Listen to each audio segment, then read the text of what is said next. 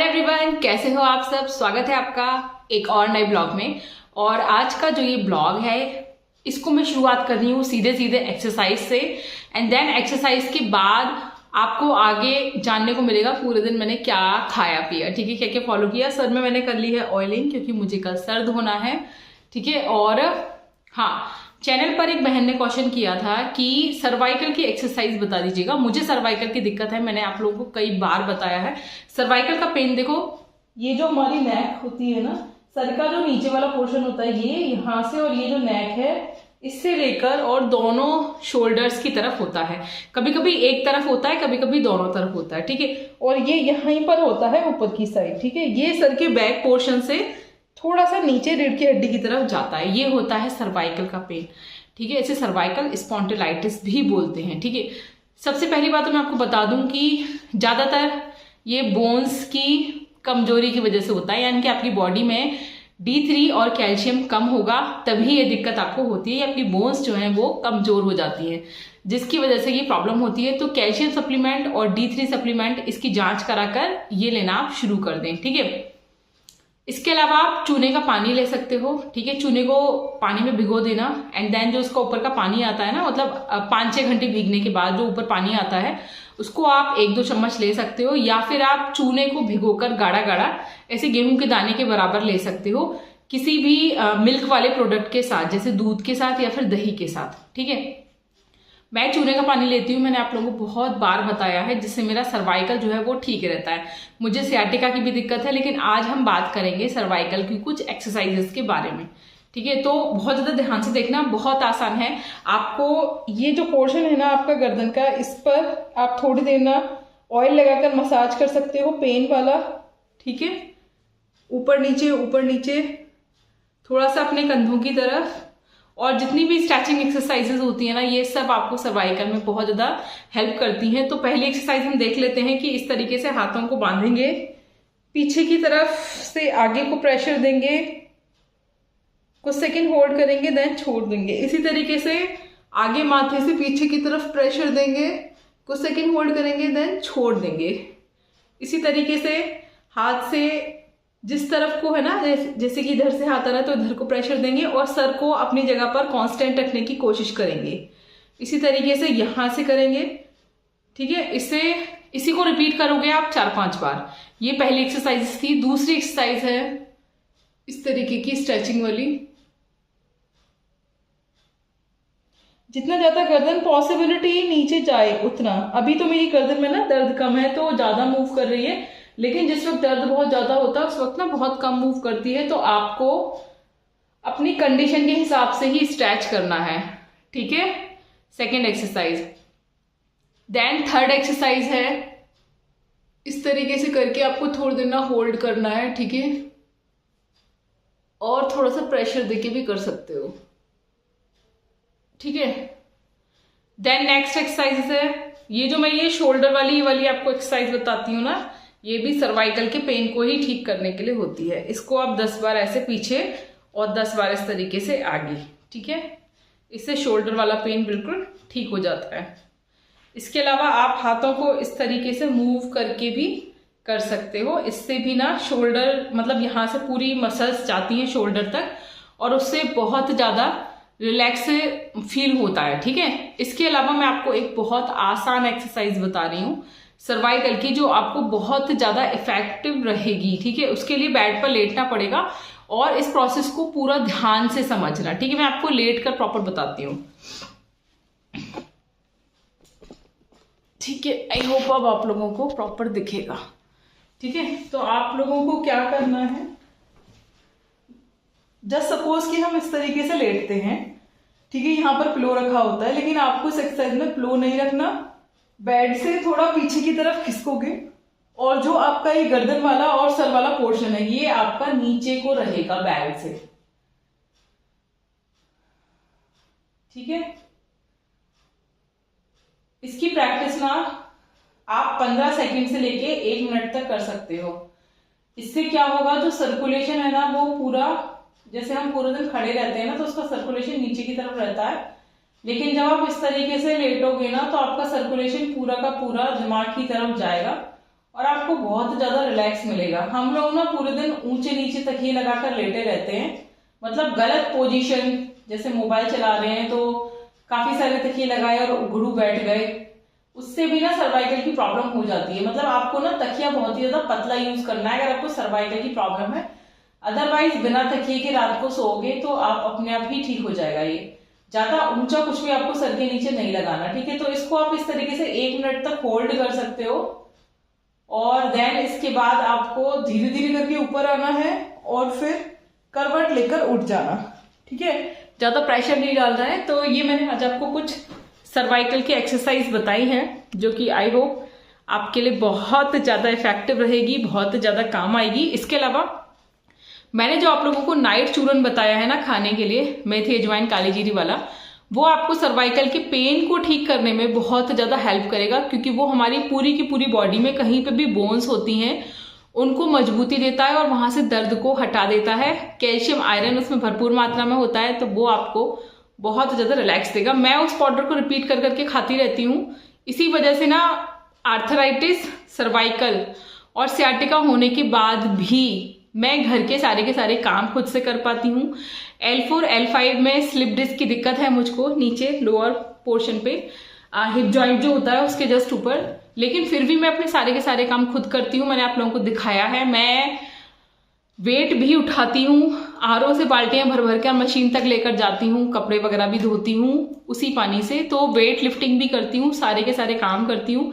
ये सब इतनी सारी प्रॉब्लम्स होने के बाद मैं सिर्फ इसीलिए कर पाती हूँ क्योंकि वो जो मैंने आपको नाइट चूरन बताया ना वेट लॉस वाला, वो वेट लॉस करने के साथ साथ जॉइंट पेन को बिल्कुल ठीक कर देता है, हमारी हड्डियों को बहुत ज्यादा ताकत देता है। और एक बहन जी का, मतलब एक सिस्टर का क्वेश्चन आया था कि दीदी उस चूरन को खाने से कॉन्स्टिपेशन हो गया। तो सिस्टर मैं आपसे बस यही कहना चाहूंगी कि वो चूरन कॉन्स्टिपेशन को ठीक करने के लिए है, उसको खाकर कॉन्स्टिपेशन नहीं हो सकता आपको। अगर आपको कॉन्स्टिपेशन है भी तो उस चूरन के कंटिन्यूअस यूज से ना आपका कॉन्स्टिपेशन बिल्कुल ठीक हो जाएगा। मुझको भी कॉन्स्टिपेशन की दिक्कत है, मैं वही चूरन खाती हूँ और बिल्कुल ठीक रहता है, ठीक है। और इन सर्दी में आप खाओगे तो आपको सर्दी भी नहीं लगेगी, बहुत ज्यादा इफेक्टिव है। ये समझ लो कि आपका च्यवनप्राश है वो आपको आधा चम्मच डेली खाना है रात को सोने से पहले, और आपका वो च्यवनप्राश का काम करेगा, पूरी एनर्जी, ताकत, इम्यूनिटी सब कुछ देगा बॉडी से, ठीक है। तो आई होप कि एक्सरसाइज आपको अच्छी लगी होंगी, तो कमेंट करके जरूर बताना आपका नाम, आपकी सिटी का नाम, और ब्लॉग्स आपको मेरे कैसे लग रहे हैं ये भी जरूर बताना, ठीक है। बाकी हम आगे कंटिन्यू करते हैं कि मैंने आज पूरे दिन क्या क्या खाया ब्रेकफास्ट से लेके। और जहां तक मैं आप लोगों को बता रही हूँ, काफी बार बता चुकी हूँ कि मैं फॉलो करती हूँ इंटरमिटेंट फास्टिंग, ठीक है, 16/8 की विंडो। तो ब्रेकफास्ट थोड़ा लेट शुरू करते हैं 12 के आसपास, ठीक है। तो मैं आप लोगों को कोशिश करूंगी टाइमिंग भी दिखा दूं हर चीज की, और कैसे कैसे किस किस वक्त में क्या क्या चीजें खा रही हूँ वो भी दिखा दूं। और एक बात मैं और आपको बता दूं कि आपको वेट लॉस से ज्यादा ध्यान देना है फैट लॉस की तरफ, ठीक है। तो सिर्फ वेट को ही चेक करते मत रह जाना, अपने इंच को भी मीजर करना है साथ साथ। तो चलो ब्लॉग में आगे बढ़ते हैं। चैनल को आता हो आप लोगों ने अब तक सब्सक्राइब कर ही लिया होगा, वीडियोस पसंद आए तो लाइक और शेयर कर देना। तो यहाँ से शुरुआत हो रही है मेरे दिन की। मैं उठी और भैया हमारे यहाँ पर बहुत ज़्यादा ठंड है, तो सबसे पहले तो पैक होना पड़ता है, उठने के बाद सब कुछ पहनना पड़ता है, स्वेटर वेटर, लोअर, गाउन के नीचे सब कुछ। तो उसके बाद ना मैं आ गई थी किचन में, और लकीली लाइट आ रही थी, वरना कभी कभी ना सुबह के टाइम लाइट नहीं आ रही थी। देखो ठंड की वजह से आंखें कितनी ना सूजी सूजी सी हो रही हैं, नींद भी पूरी नहीं हो पा रही है, और ठंड इतनी ज़्यादा है कि सुबह के टाइम ना एकदम से मतलब बाहर निकलो ना रूम से तो हवा लगने लगती है। और मेरे रूम के बाहर ना टट्टर भी खुला हुआ है, तो वहाँ से बहुत ज़्यादा हवा आती है। तो ये जो कैटल होती है ना इलेक्ट्रिक वाली, इसमें ना पानी कर दिया था मैंने गर्म पीने के लिए, और साथ में ना अपने हाथ भी ताप रही थी। तो सुबह उठ के सबसे पहले मैं लेती हूँ 1 ग्लास गर्म पानी, उसके बाद फिर मैं फ्रेश होकर आती हूँ, एंड देन उसके बाद मैं बनाती हूँ अपनी वेट लॉस मॉर्निंग ड्रिंक जो मैं आप लोगों को दिखा रही हूँ। और एक बार की जो ड्रिंक है ना ये 2-3 बार यूज़ हो जाती है, मतलब अगेन आप उसमें फिर से पानी भर के रात भर भिगो के रख दो, देन सुबह सुबह आप बॉयल कर कर पी लो। तो ये जो ड्रिंक मैं बना रही हूँ इसमें है जीरा, सौंफ और अजवाइन आधा आधा चम्मच, थोड़ा सा ग्रेट किया हुआ अदरक, इसको ना मैं रात को भिगो कर रख देती हूँ और सुबह उठकर बॉईल करके और फिर छान कर इसमें मिला लेती हूँ 1 चम्मच शहद, और ये मैं आजकल ले रही हूँ। और ये आपकी ना सर्दी खांसी को भी ठीक रखेगा, इम्यूनिटी को भी अच्छा करेगा और आपके वेट लॉस में और मेटाबॉलिज्म को बूस्ट करने में बहुत ही ज़्यादा मदद करेगा। ठीक है, तो इसको ट्राई कर सकते हो, मुझे बहुत ही अच्छा लगता है, इसका रिजल्ट बहुत ही ज़्यादा अच्छा है। अगर आपका वेट स्टक हो गया है तो उसको भी ठीक करने में ये बहुत ही ज़्यादा मदद करेगा। तो इसको एक बार ट्राई करके ज़रूर देखना। अमेजिंग मतलब मॉर्निंग टी बोल सकते हो आप इसको। जिन लोगों को सुबह सुबह चाय पीने की आदत है ना, तो चाय की जगह पर ना इसको पीकर देखो, अमेजिंग रिजल्ट हैं इसके और आपकी हेल्थ को ये बूस्ट करता जाएगा धीरे धीरे। बहुत ही ज़्यादा बढ़िया है और आपकी सुबह की जो चाय की आदत है ना वो भी छूट जाएगी। मुझे तो बहुत ज़्यादा अच्छा लगता है, इसलिए मैं इसको आजकल डेली ही पी रही हूँ। और फिर इसको पीने के 1 घंटे बाद मैं खाती हूँ 4 खजूर, क्योंकि सुबह सुबह ना ड्राई फ्रूट्स खाना भी बहुत ही ज़्यादा ज़रूरी है।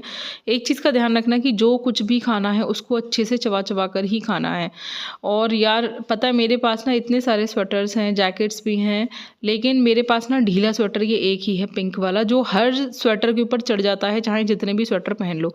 इस वक्त ना मैंने 3 स्वेटर डाल रखे हैं एक के ऊपर एक, बहुत ज़्यादा ठंड है और मेरा ना बीपी लो रहता है ना, ठंड की वजह से और ज़्यादा लो हो जाता है, तो मुझे बहुत ज़्यादा ठंड लगती है। और जैकेट पहनकर अगर किचन में काम करूँ ना तो जैकेट जलने का डर रहता है।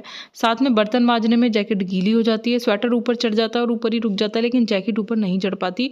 और जो रेक्सिन टाइप की जैकेट्स होती है ना वो जलने का डर रहता है, तो इस वजह से किचन में जैकेट नहीं पहन सकते। बट मैं ना अपनी किचन का ये जो जंगला वगैरह खुला हुआ है ना इसको बंद करूँगी, जिससे कि हवा नहीं आए और मुझे काम करने में ना किचन में सुविधा रहे। क्योंकि गेट तो फेरा भी जा सकता है किचन का काम करते वक्त, लेकिन जंगला मेरा जो खुला हुआ है ना इससे बहुत ज़्यादा हवा आती है सीधे सीधे ट्रैक्टर से।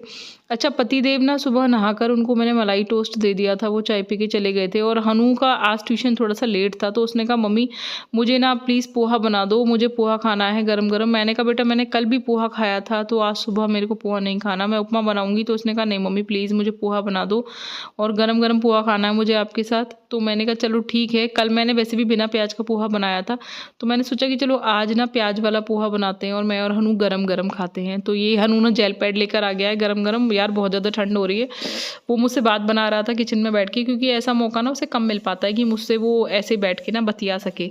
और मुझे भी बहुत अच्छा लगता है उससे बात बनाना। तो मैं किचन में ना वेजिटेबल्स वगैरह कट कर रही थी और एक तरफ मैंने चाय बनाने को रख दी थी और पोहा मैंने भिगो कर रख दिया था।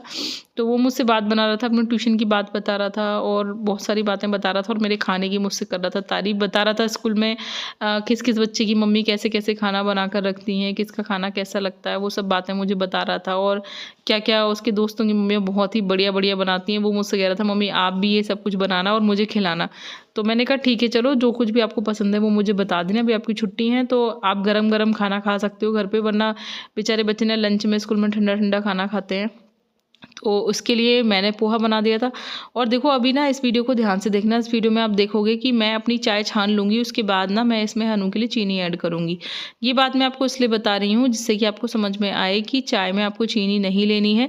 अब देखो चीनी ना लेने की वजह से आप चाय पीना छोड़ दो तो ये तो ठीक नहीं है भैया। पूरी दुनिया चाय पीती है तो हम चाय पीना क्यों छोड़ें? क्योंकि हमें वेट लॉस करना है सिर्फ इसलिए हम चाय पीना छोड़ दें? नहीं, हम चाय पीना कभी नहीं छोड़ेंगे। मैंने तो कभी भी चाय पीना नहीं छोड़ा, ठीक है। और ठंड का टाइम है भैया, चाय नहीं पियेंगे तो बीपी और ज़्यादा लो हो जाता है मेरा। तो मैं तो दिन में 2 बार चाय पीती ही पीती हूँ, बस उसमें चीनी ऐड नहीं करती, ठीक है। और कभी कभी अगर मुझे ज़्यादा ही मतलब जैसे बहुत ज़्यादा क्रेविंग हो रही होती है कि बढ़िया सी चाय पीने, तो मैं कम मीठी चाय पी लेती हूँ, ठीक है। लेकिन चीनी आप कोशिश करना कि ऐड ना करो, ठीक है। तो पोहा बनाने का ना सबका अलग अलग स्टाइल होता है। और विनीता जी ने बोला कि आप पोहे में मटर ऐड नहीं करते हो, तो देखो मुझे तो ना मटर बहुत पसंद है, हर चीज़ में पसंद है, लेकिन ना हनु को और इसके पापा को ना मटर नहीं पसंद बहुत सारी चीज़ों में। उनको पुलाव में मटर पसंद है और टमाटर आलू में, इसके अलावा वो कम खाना चाहते हैं और चीज़ों में मटर। तो मैं हर चीज़ में ऐड नहीं करती, लेकिन मैं पत्ता गोभी, शिमला मिर्च, हरी मिर्च, टमाटर ये हर चीज़ में ऐड कर देती हूँ। पहले ना ये लोग शिमला मिर्च और पत्ता गोभी भी नहीं खाते थे, लेकिन अब खाने लगे हैं क्योंकि मैं हर चीज़ में ऐड कर देती हूँ। तो अब इन लोगों को आदत हो गई है, अब इन लोगों को अच्छा भी लगता है। एक टाइम था जब हनु सब्जियाँ नहीं खाता था, हर चीज़ सादा बनवाता था, पोहा भी सादा, मैक्रोनी भी सादा, लेकिन अब ना मैं धीरे धीरे ना उसे सब्जियां डलवा कर आदत डाल रही हूँ कि वो सब्जियां खाए, ठीक है। क्योंकि इस एज में ना बच्चे बहुत ज़्यादा जंक फूड खाते हैं, लेकिन हमको ही अगर देखो हम अपनी आदतों को अच्छा करेंगे ना खाने पीने की, तब हम अपने बच्चों की आदतों को अच्छा कर पाएंगे। तो बच्चों को सुधारने के लिए ना हमको पहले खुद को सुधारना पड़ेगा। ये बात मैं आपको इसलिए कह रही हूँ क्योंकि देखो हमारी बैड हैबिट्स की वजह से ही हम आज मोटे हुए हैं, जो भी हुआ, जिन भी आदतों की वजह से हमारा मेटाबॉलिज्म स्लो हुआ और हम मोटे हो गए, तो वो आदतें हमारे बच्चों में ना जाएं, इसका ध्यान हमको ही रखना पड़ेगा। तो अपनी आदतों को सुधारेंगे ना, तभी हम बच्चों को सुधार पाएंगे।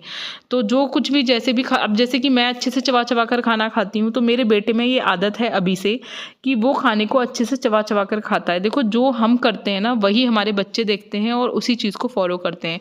अगर हम पूरे दिन मोबाइल से चिपके रहते हैं तो बच्चे भी मोबाइल से चिपके रहते हैं। अगर आप अच्छी बुक्स पढ़ोगे ना, तो बच्चे भी अच्छी बुक्स पढ़ेंगे। अच्छी रील्स देखोगे, मोटिवेशनल चीज़ों को देखोगे, सुनोगे, तो बच्चे भी देखेंगे। क्योंकि मैं ये आपको इसलिए बता रही हूँ क्योंकि मेरा पर्सनल एक्सपीरियंस है। मैं जो कुछ काम करती हूँ ना, उसका इफेक्ट हनु पे ज़रूर पड़ता है। मैं जो कुछ देखती हूँ वो हनु ज़रूर देखता है उस तरीके की चीज़ें। क्योंकि इसलिए मैं आप लोगों से कहती हूँ कि अच्छे काम करो जिससे आप अपने बच्चों को अच्छा बना सको। तो ये हो गया था ब्रेकफास्ट का समय, ब्रेकफास्ट बन चुका था और मैंने आपको भी टाइम दिखाया, 12:30 बज रहे हैं, ठीक है। 12:30 बजे हम पहला अपना मील लेकर बैठे हैं। और मैंने आपको कई वीडियोस में बताया कि मैं इंटरमिटेंट फास्टिंग को फॉलो करती हूँ, और टाइम इसलिए मैं आपको दिखा रही हूँ। और इंटरमिटेंट फास्टिंग को फॉलो करोगे ना, तो बहुत ज़्यादा खाना आप नहीं खा पाओगे। तो दिन में मेरे 2 मेजर मील चल रहे हैं और बीच में मैं फ्रूट्स खा लेती हूँ, ठीक है। अभी जो मेरी पोहे की कढ़ाई थी ना, उसी में ना मैं किचन में आ गई थी और पालक आलू की सब्जी बना रही थी। पालक रखा हुआ था तो कट कर लिया था, और वही नॉर्मल तरीका यार, ऑयल गरम किया, उसमें हींग डाली, जीरा डाला, हल्दी डाली, मिर्च डाली, सब्जी को छोंक दिया, नमक डाल दिया, सूखा धनिया डाल दिया और ढककर रख दी और अच्छे से पकने दिया। स्लो गैस पर बनाती हूँ मैं सारी की सारी सब्जियाँ, और किसी भी सब्जी में मैं पानी ऐड नहीं करती हूँ। साथ में मैं चला रही थी आज मलाई, और मलाई से निकाल रही थी घर का प्योर देसी घी। यार, घर के देसी घी की ना बात ही अलग है। मैं हमेशा घर का देसी घी ही यूज़ करती हूँ, और आप लोगों से भी बोलूँगी कि अगर अवेलेबल है ना, तो वही खाना। मार्केट में सब कुछ बहुत ज़्यादा मिलावटी है। एक बार मैंने मार्केट का देसी घी मंगाया था, वो तो ठंडों में भी नहीं जमा। अच्छी कंपनी का था, महंगी कंपनी का था, बट फिर भी ज़मीन आसमान का अंतर है घर के देसी घी में और मार्केट के देसी घी में। किसी भी कंपनी का ले लो, वो प्योर नहीं मिलेगा आपको। तो घर का देसी घी लो, प्योर खाओ, ठीक है। और साथ में मैं आपसे कहूँगी कि सरसों का तेल भी ना, जो मार्केट का तेल है वो तो हमेशा ही मिलावटी आता है। आपको जहाँ पर सरसों मिल जाए ना, उसको पिसवा कर किसी स्पेलर पर प्योर सरसों का तेल निकलवाओ। मैं तो ऐसे ही करती हूँ। जानने में कुछ स्पेलर्स मतलब हैं, तो जानकारी वालों के यहाँ पर हैं, वहाँ जैसे ही सरसों आ जाती है ना, तो वो फ़ोन कर देते हैं कि भैया सरसों आ गई है, तेल भरवा लो। तो हम टीन भरवा के ले आते हैं, तो फिर वो चलता रहता है फिर साल भर तक, ठीक है।